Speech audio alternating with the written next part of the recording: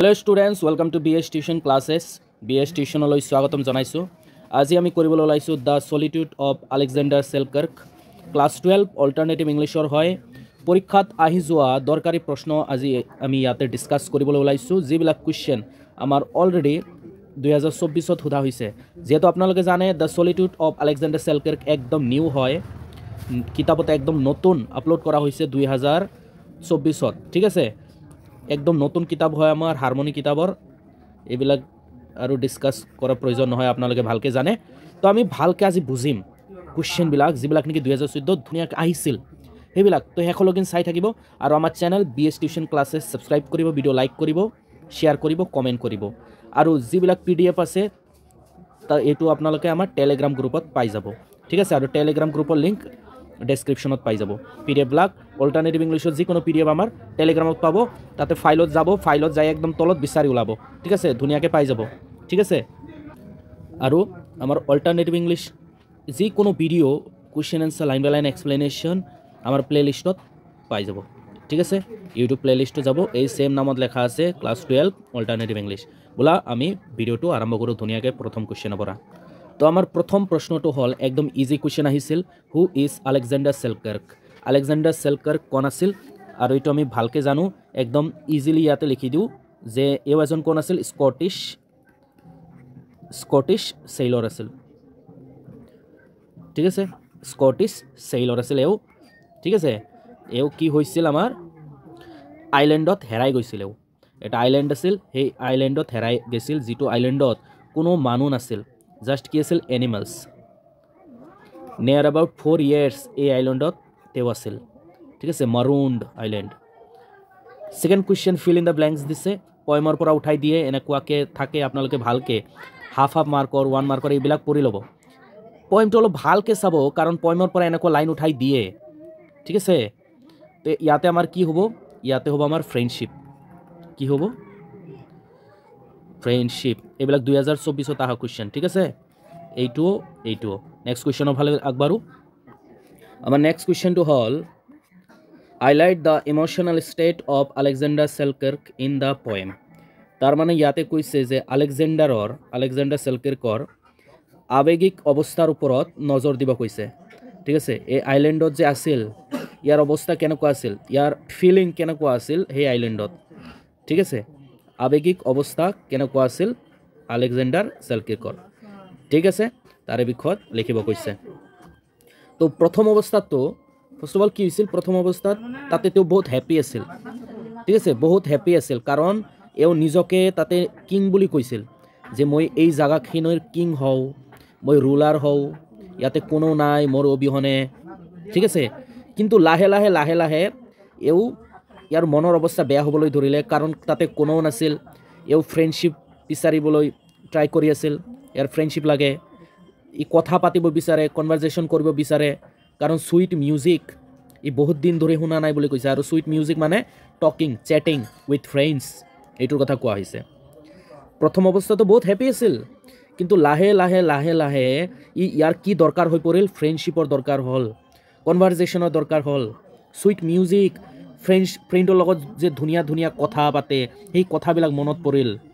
তাৰপিছত হাৱাক ক'লাক যে হাৱা তুমি মোৰ গাঁৱত যোৱা, চাই আহা মোৰ ফ্ৰেণ্ডবিলাকে কি কৰি আছে, ঠিক আছে। এনেকুৱা টাইপৰ আৱেগিক পৰিস্থিতি হৈ পৰিল আলেকজান্ডাৰ সেলকাৰ্কৰ।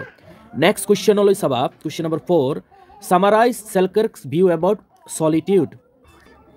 তো আলেকজান্ডাৰ তাতে যে অকলে আছিল, একদম সলিটিউডত আছিল, তাৰে বিষয়ত সামাৰি লিখিব কৈছে, ঠিক আছে। তাতে যাই কি কৰিছিল, কেনেকৈ অকলে আছিল, সেই তাৰে বিষয়ত ধুনীয়াকৈ এক্সপ্লেইন কৰিব কৈছে। তো প্ৰথমতেতো আমি গম পাই গ'লোঁ যে প্ৰথম অৱস্থাত তেওঁ যে তাতে গৈছিল, তাতে প্ৰথমত যাই পূৰা হেপ্পী আছিল, নিজকে মনাৰ কিং বুলি ঘোষিত কৰিছিল, ৰুলাৰ বুলি, যে ইয়াতে কাৰো লগত মোৰ ইয়াতে ডিছপুট নহ'ব, কাৰো লগত মোৰ কাজিয়া নহ'ব, কনফ্লিক্ট নহ'ব, কাৰণ ইয়াতে কোনো নাই মোৰ অবিহনে, মই অকলে। তেওঁ কিং আছিল বুলি কৈছে। এনেকুৱা মুহূৰ্তত তেওঁ অকলে ইয়াতে ৰাজ কৰিব, তাতে কোনো নাই। কিন্তু লাহে লাহে কি দেখা পালাক, যে তাতে কোনো নাই তাৰ লগত কথা পতাৰ কাৰণে, না কোনো ফ্ৰেণ্ড, কোনো কনভাৰজেশ্যন নহয় তাৰ লগত, কোনো চুইট মিউজিক শুনিব নোৱাৰে, বহুত বছৰ হৈ গ'ল।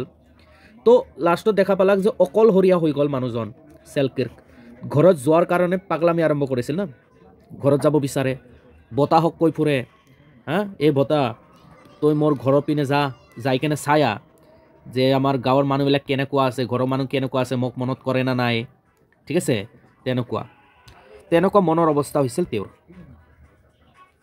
এতিয়া আমি চাম লাষ্ট কুৱেশ্যন তাৰ আগতে আমাৰ channel BS tuition classes subscribe কৰি দিবা FB ফেচবুক টেলিগ্ৰাম ইউটিউব আৰু ইনষ্টাগ্ৰাম সেম নামতে আছে BS টিউশ্যন ক্লাছেছ ঠিক আছে ধুনীয়া ধুনীয়া ভিডিঅ' পাই যাবা আমাৰ তোমাৰ ৰিলেটেড বুক ৰিলেটেড নোটছবিলাক ইয়াতে পাই যাবা ঠিক আছে লাইন বাই লাইন এক্সপ্লেনেশ্যন ভিডিঅ' পাই যাবা তো লাষ্ট কুৱেশ্যনটো কি কৈছে পয়েমৰ পৰা 2 লাইন উঠাই দিব আৰু এইটো ধুনীয়াকৈ এক্সপ্লেইন কৰিব লাগিব তোমালোকে explain with reference to the context এনেকুৱা কুৱেশ্যন বহুত দেখা পোৱা যায় ঠিক আছে O' solitude where are the charms that sages have seen in the face sages মানে এই আমি যে সন্ত বুলি কওঁ ঠিক আছে সন্ত পণ্ডিত যে নেকি হিমালয়ত বহি কেনে যে তপস্যা কৰি থাকে যিকোনো জাগাতে এওঁলোকে কি বিচাৰি পায় চাৰ্ম বিচাৰি পায় চাৰ্ম সৌন্দৰ্যতা বিচাৰি পায় অকলে থাকে সলিটিউডত থাকে সেই সন্ত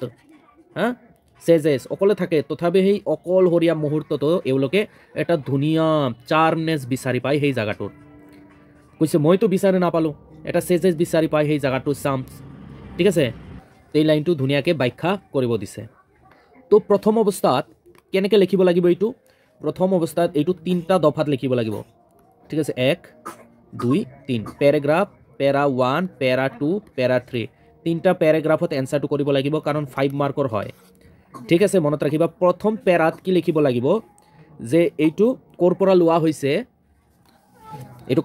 হৈছে এনেকৈ লিখিব লাগিব এনেকৈ লিখি দিবা যেনেকুৱা the quoted lines are extracted from William Cowper's poem The Solitude of Alexander Selkirk এনেকৈ প্ৰথম লাইনত লিখি দিলা 2 নম্বৰ লাইনত কি লিখি দিবা 2 নম্বৰ লাইনত তোমালোকে লিখি দিবা সলিটিউডৰ বিষয়ে যে সলিটিউড কি হয় ঠিক আছে পয়েটৰ আবেগৰ কথা ইয়াতে মেনশ্যন কৰা হৈছে যে পয়েট কেনেকৈ ইমোশনাল অৱস্থাত আছিল এই জায়গাটোত যাই কেনে ঠিক আছে 3 নম্বৰত আমি স্টাৰ্ট এনেকৈ কৰিব পাৰোঁ যে সলিটিউড মানে কি সলিটিউড মানে a state of being alone or isolated হয় না অকলে থকা অৱস্থাকে আমি কি সলিটিউড বুলি কওঁ যিকোনো জায়গাত তুমি অকলে আছা আৰু এই পয়েমটোত আসলতে কি দেখা পোৱা যায় এই লাইনটোৰ থ্ৰুদি আমি গোটেইখিনি কমসে কম এই পয়েমৰ ম্যাক্সিমাম লাইনখিনি আমি এক্সপ্লেইন কৰিব লাগিব ঠিক আছে খালি যে 2 লাইন দিয়া আছে খালি এই 2 লাইনৰ বিষয়ে লিখিম খালি এইখিনিয়ে নহয় ইয়াৰ বাহিৰেও আমি ইয়াতে কি এই লাইনৰ কানেকশ্যনত আৰু 2-3 লাইনৰ কথা আমি ইয়াতে মেনশ্যন কৰিব লাগিব এই চেপ্টাৰত কি আছে স্পেশালি সলিটিউডৰ কথা মেনশ্যন কৰা আছে যে নতুন জায়গাত যায় আইল্যান্ড এটাত হেৰাই যোৱাৰ লগে লগে ঠিক আছে প্ৰথম অৱস্থাটো নিজকে কিং বুলি ভাবে যে I am the king of this area because there is nothing to dispute among us ঠিক আছে তাতে ডিসপিউট কৰাৰ কাৰণে আমাৰ মাজত কোনো নাই খালি মই তাতে আই এম দ্য কিং তাতে কোন আছিল মাত্ৰ এনিমেলছ আছিল যি নেকি একদম ইনডিফাৰেন্স যেন ফিল কৰিছিল এই মানুহজনক চাই ঠিক আছে তো এইটো আছিল এনেকৈ ধুনীয়া 3টা পেৰাগ্ৰাফত লিখিবা বাস এইকেইটা কুৱেশ্যনে 2024ত আহিছিল ঠিক আছে এই মাত্ৰ 5টা কুৱেশ্যন আৰু এটা চেপ্টাৰৰ পৰা 5টা কুৱেশ্যন আহা মামুলি নহয় কিন্তু ঠিক আছে তো আমাৰ নেক্সট ভিডিঅ'ৰ কাৰণে অলপ ৱেইট কৰিব বাট চাব নেক্সট ভিডিঅ' এই প্লেলিষ্টত যাই কেনে চাই ল'ব ঠিক আছে আৰু টেলিগ্ৰামত আমি প্লেলিষ্টৰ লিংকো দি দিম টেলিগ্ৰামৰ লিংকো দি দিম ঠিক আছে নেক্সট ভিডিঅ' লিংকো পাই যাব অল দ্য বেষ্ট